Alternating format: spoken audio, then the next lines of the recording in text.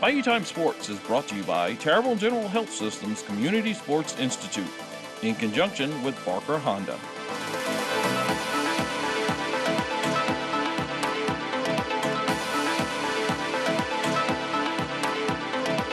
All right, very familiar face next to me, Troy Johnson. We've spent many times talking, many times a game of the week, many times on a lot of things, watched your career, used to holler at you from the stands, but tonight's the Hall of Fame. That's got to be a very proud moment for you, knowing that your career is going to culminate by your peers bringing you into the Hall of Fame. Now, what an honor.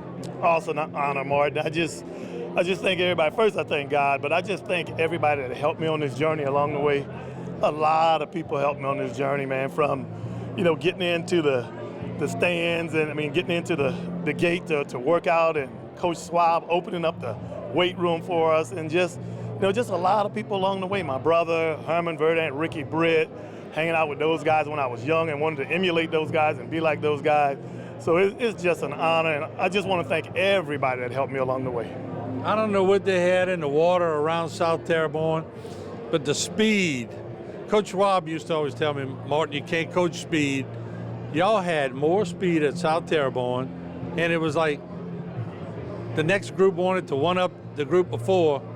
Of course, your brother was in a class by himself, but you had tremendous speed also. Yeah, it was truly amazing talent at South Terrebonne, and we wanted to emulate my brother, Robert Lagarde, Ricky Britt, but Clarence and I just wasn't that fast. These guys were just an elite class. They were in another group, but we held our own. We did pretty good and just had so much talent there. We were a blessed group of guys, and we had good coaches, Buddy Marcello and Coach Taylor and Coach Adams, and those guys groomed us, and they brought out the best in us. Yeah. They did. But when you got the call, every athlete like yourself knows that I guess it may be coming one day, but when you got the call, what went through?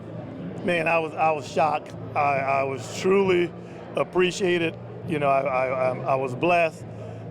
This culminates everything that you've done and all the hard work of jogging in 100-degree heat and lifting weights and just, giving it your all, and it finally culminates into something this nice. It's just truly a blessing. It's truly a blessing. Now you get to see your name on a big screen tonight, and you got a lot of friends that are going to be there, and you get to share those moments. It's going to be touching, isn't it? It's going to be touching, man. You just reminisce back to everybody, like I said, again, that helped you along the way. And it's going to be touching. A lot of people are not here anymore. Buddy Marcello, my brother Melvin, Robert Lagarde. But, when you look back, you can say, those guys, I did it for them too, because they played a part in me getting here tonight. So I'm very appreciative, Martin, very appreciative. Troy, congratulations, well deserved. Thank you, my brother. Have a great night, buddy. Thank you, man, I appreciate All right, it. bud. Thank you, Martin.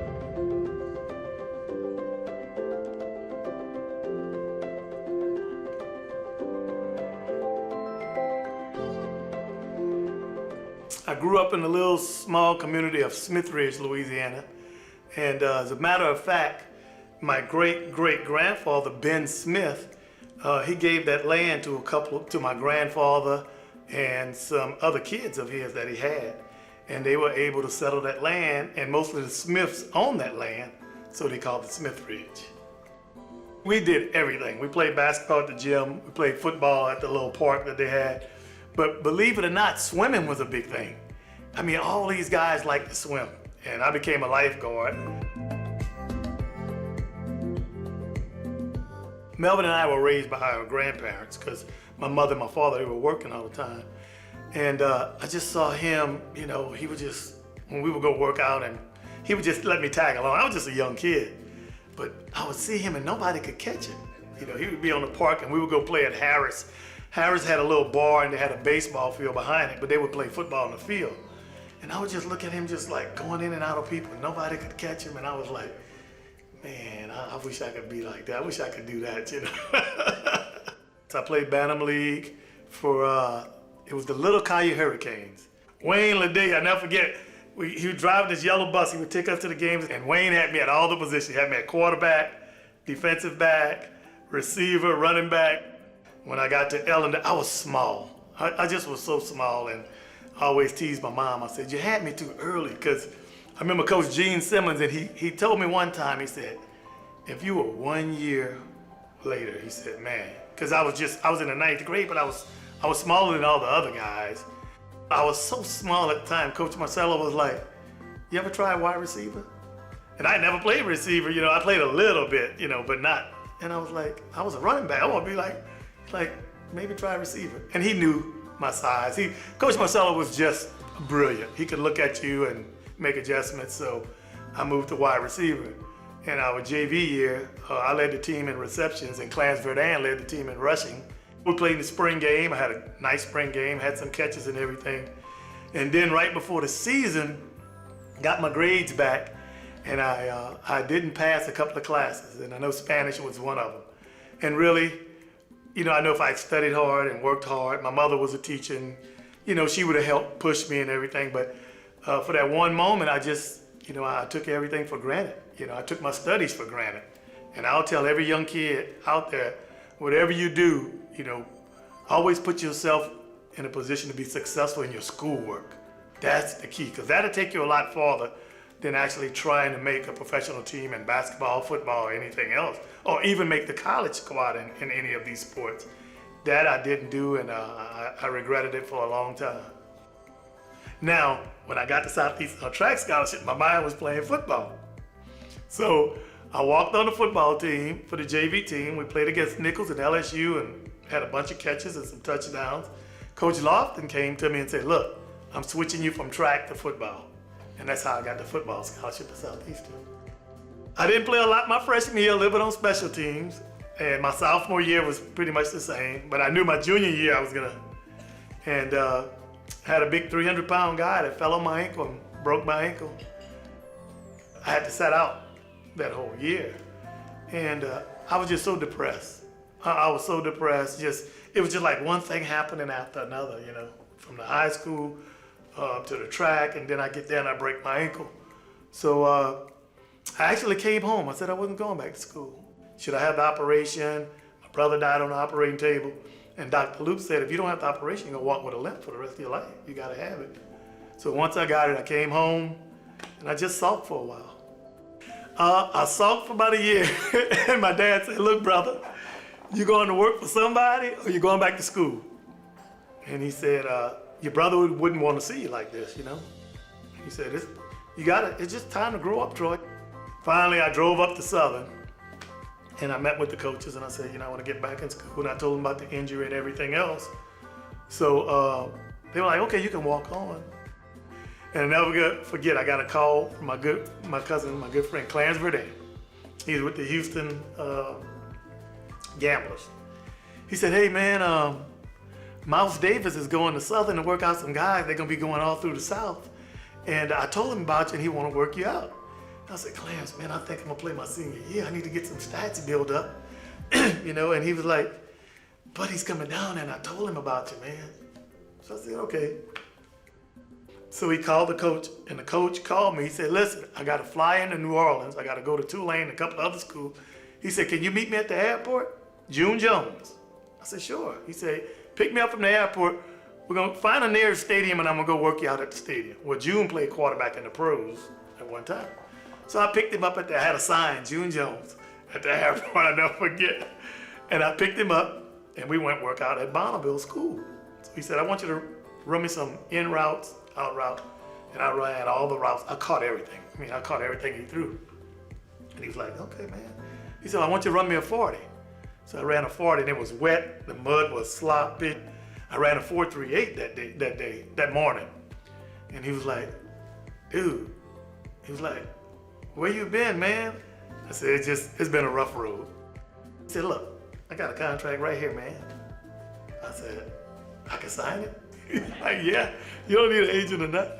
And we signed it on the hood of my car. $30,000. USFL. And I signed it, and I went home, and I said, I just made the USFL. I signed with the USFL. I said, I got to go to training camp, and they're bringing in a lot of guys. I said, but Dad said, you're not going back to play for your senior year? I thought that's what you wanted to do. And I said, nah. I said, what if I get hurt? Or what if something happens? All the luck I've been going through. And the first 2 days of practice, I stunk. Couldn't run a route, slipping, falling, couldn't do nothing right. I called my dad. I said, man, I don't know. I said, these guys are pretty good. He said, so you're telling me you don't believe in yourself now? All that you've been through. I said, well, no, I'm not saying that. He said, man, don't call my phone with that. And that's what I needed to hear. He said, I'll talk to you later. I didn't need to hear, well, Troy, you can just try and give it your best. Or Troy, you can, no, my dad was like, I don't want to hear that. Strongest man I ever seen in my life. Didn't cry for his son death, never saw the man shed a tear. That's a strong man. And he told me he didn't want to hear it. Hung up the phone. Went back out to practice the next day, one bomb after another, one bomb after another. And when they got to the countdown, I made the team. Once the league folded, I really didn't have any offers. But a friend of mine who I played with, Lonnie Turner, he had an agent by the name of Harold Lewis. And he said, man, Harold saw you playing. He said, you know, you were just a rookie, you got some catches and everything. He saw you on special teams. He said he would like to represent you because he's starting an agency. So the first team I went to, Dallas Cowboys. They loaded. They got Tony Hill, they had Dorsett then, they had a couple of receivers, Carl Poe. I mean, they were loaded. But I did have a good camp when I went to Dallas. I think it was the second to the last cut, they released me. But I had a little film. So he called me back and he said, St. Louis Cardinals want to work you out. So I went to St. Louis and I had a good workout, and so my agent called me and he said, what you doing? I said, nothing, packing. He said, sit down. It's like they're keeping you, brother. And that's how I made the Cardinals team. When I'm walking through the tunnel, when I just had made the team and I went back over walking through the tunnel, I see this guy coming towards me. And I look and he says, hey man, what's up? And I said, hey. And he said, J.T. Smith. And I said, hey man, and we hugged. J.T. Smith was with my brother in Kansas City. He came down to Smithridge and did his eulogy when I was a 17-year-old high school kid. I was 17. He was getting closer to 30 now. So when I walked to that tunnel and I saw him, and he said, you made it, huh? And I said, man, I made it. And he hugged me. And man, that was like emotion, man. You know, just seeing him at 17, I'm in high school, and here's the same guy I'm playing with that my brother was with in Kansas City. I was the 5th receiver, and they had drafted a guy, Eric Swanson from Tennessee, and Chaz Fox was from Furman. One was in the 3rd round and one was in the 5th round. And so we're competing. And the next thing I know, look at the depth chart, I'm number 4. We competing. And I'm looking at the depth chart, I'm number 3 now. Finally, when I got that first catch in my belt in an NFL game, once I got that first catch, I was like, you know what?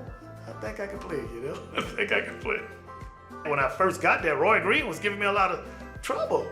He was like, I'd run a route and he was like, hey man, go back to Southern with that route. We don't run this in the NFL. Boy, he was cocky. And he was getting on me and I'm like, JT, this guy don't like, he said, man, the guy, he likes you. He said, he's just talking to make you better.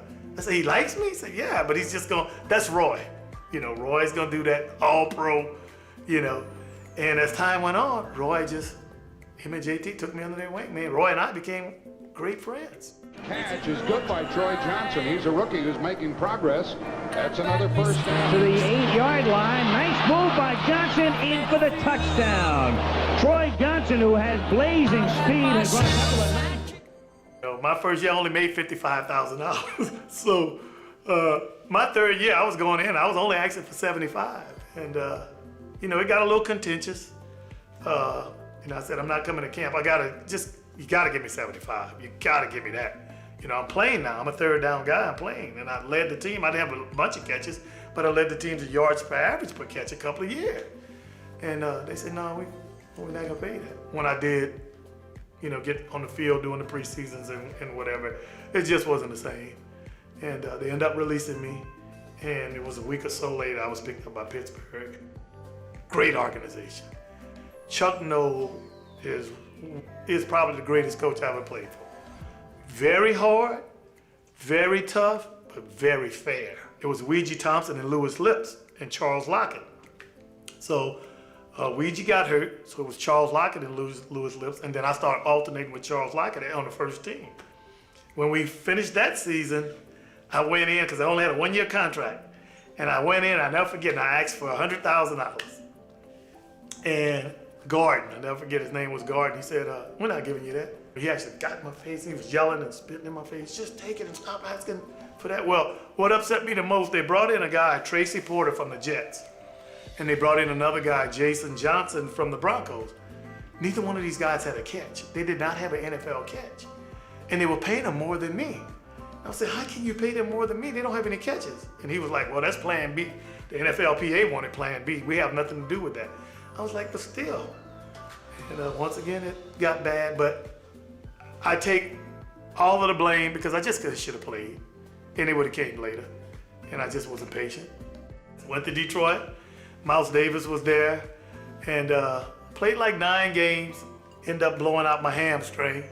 And they later released me after I blew out my hamstring. Good friend of mine by the name of Ken Winey. He was playing with the Winnipeg Blue Bombers. So he called me one day out the blue, and Coach Mike Riley's on the phone. And he said, hey, you still got something in the tank? And I said, I don't know, Coach. I said, I don't know, maybe. He said, well, if you do, you got a place up here. If I would have started in Canada and then graduated to the NFL, I probably could have appreciated more. But coming from the NFL and then going to Canada, it was a little different. In Canada, the money wasn't there like the NFL. So you had to buy your shoes, and you had to buy your gloves. It was just a little different, but the fans loved it. And after that, I pulled my hamstring, and I was pushing 30, 31. And I said, you know what? That's about it. It's enough now. It's time. Frank Lewis, just talking to him, making calls to him. I mean, Frank was just so gracious, and like I said, I think Frank is one of the best receivers I've ever seen. I mean, the guy just can run routes, he can catch the ball, and he would always say, stick to it, and this is what you got to do. And boy, Frank is just a great guy. But Frank Lewis was a guy I can call, I can count on, just, really good guy that took all of us, Clarence and all of us under his wing. My biggest regret was not being patient. And I've learned a lot about not being patient. Everything's not gonna be fair in the world. That's just how it is. But you don't have to go to extremes when they're not fair. Sometimes you just gotta fold 10 and say, hey man, this is what I'm gonna do. I'm gonna go with it, and this is what it is. And I regretted that for a long time, learned a lot. And tell my kids today, you gotta be patient. And it's not gonna be fair all the time. It doesn't matter if it's not fair. You can only control what you can control. Joining his brother in the Bayou Region Athletic Hall of Fame, Troy Johnson.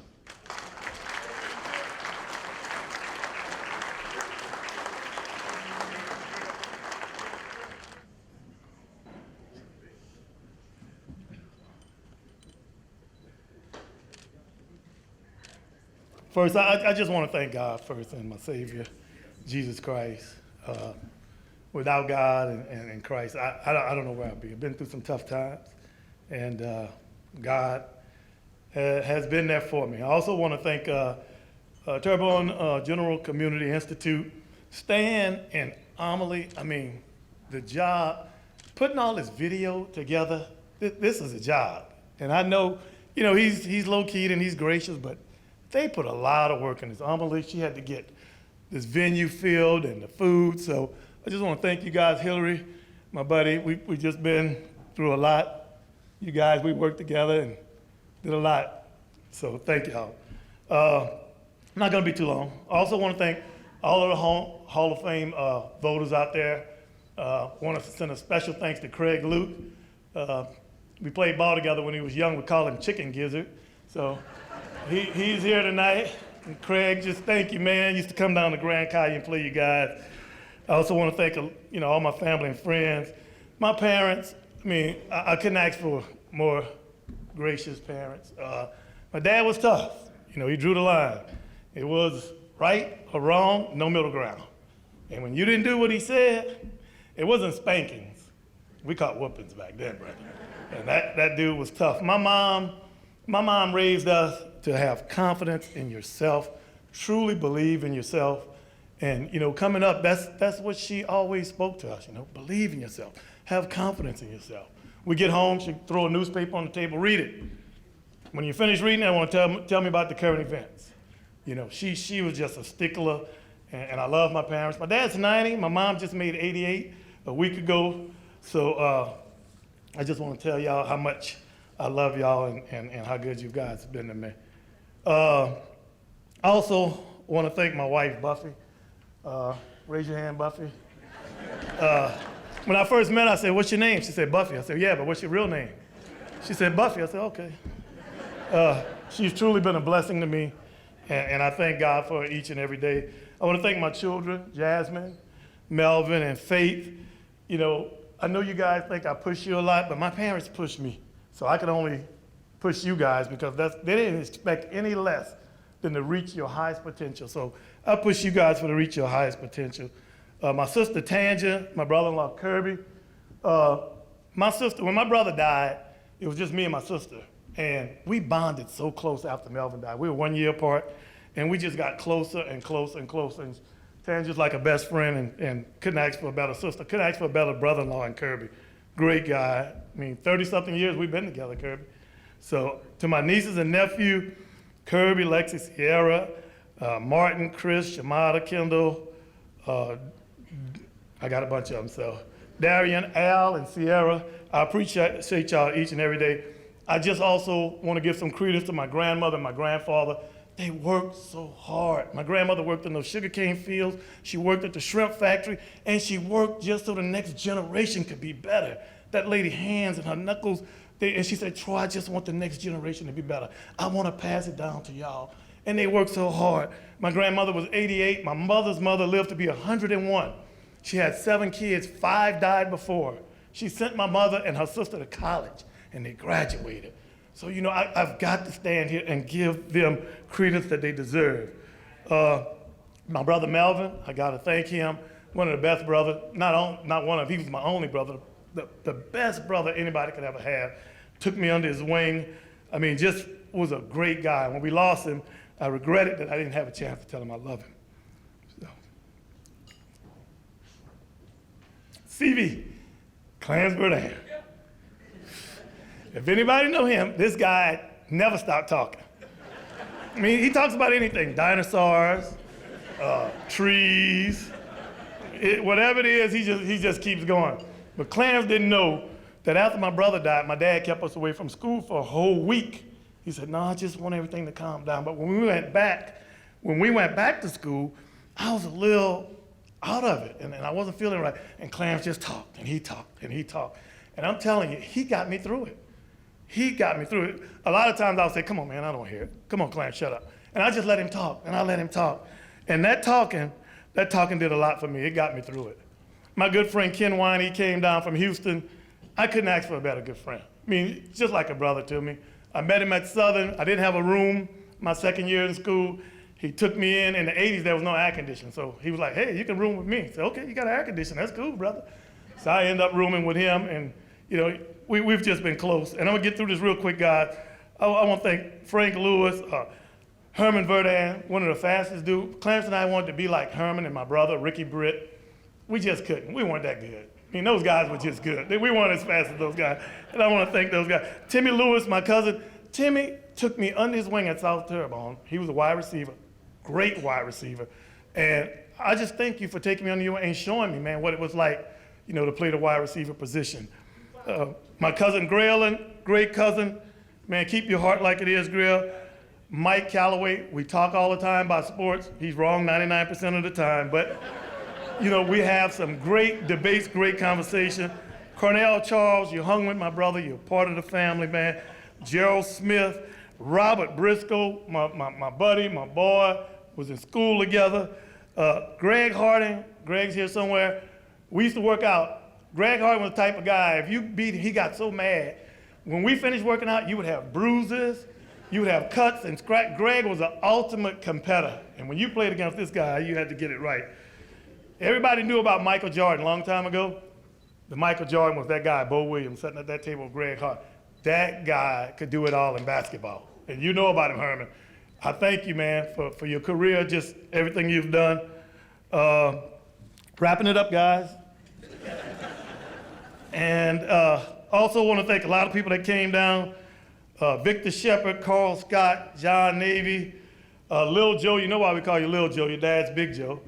Stan with Duval, Juan, Pickett, Tim Moore, my good friend. Me and Tim, we have some tough debates, but you know, that's my boy, man. Jude and Shirley, it's just nice to see y'all here, man. I appreciate y'all. Tanner, William Taylor, Donnie, Brandon, the mayor of Thibodeau, Lester Beamer is here. I think he's the mayor of Thibodeau. Lester Beamer, my good friend. Everybody knows Lester. Everybody knows Lester Beamer. So, and I just want to say lastly, when my brother died, Marty Shelby, my dad, were in the driveway, and the day he died, and the day after, and Marty was crying. He was crying, and my dad had his hand on Marty's shoulder, and I was a little kid. I said, Marty, I said, I'm gonna make it to the pros for my brother, and we did it, Marty. And lastly, I want to say that I went to California, met a doctor. Frank and I and Clarence and I, we had to go NFL centers. That's I met a doctor. And he said, Troy, he said, I want to tell you, man, I think you guys are the heroes. You put your body on the line to entertain us, and you guys are the true heroes. And I said, Doc, I said, I thank you, man. I said, I appreciate it, but we're not the true heroes. I said, the true heroes are those soldiers that put their neck on the line for this country every night. Those are the true heroes. We just play a football game. Our soldiers are our true heroes. Thank you. God bless you guys.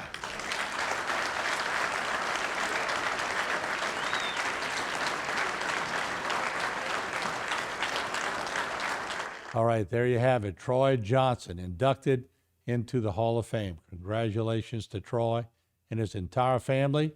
And you can also watch this on Facebook, YouTube, and on the HTV website. We'll have more.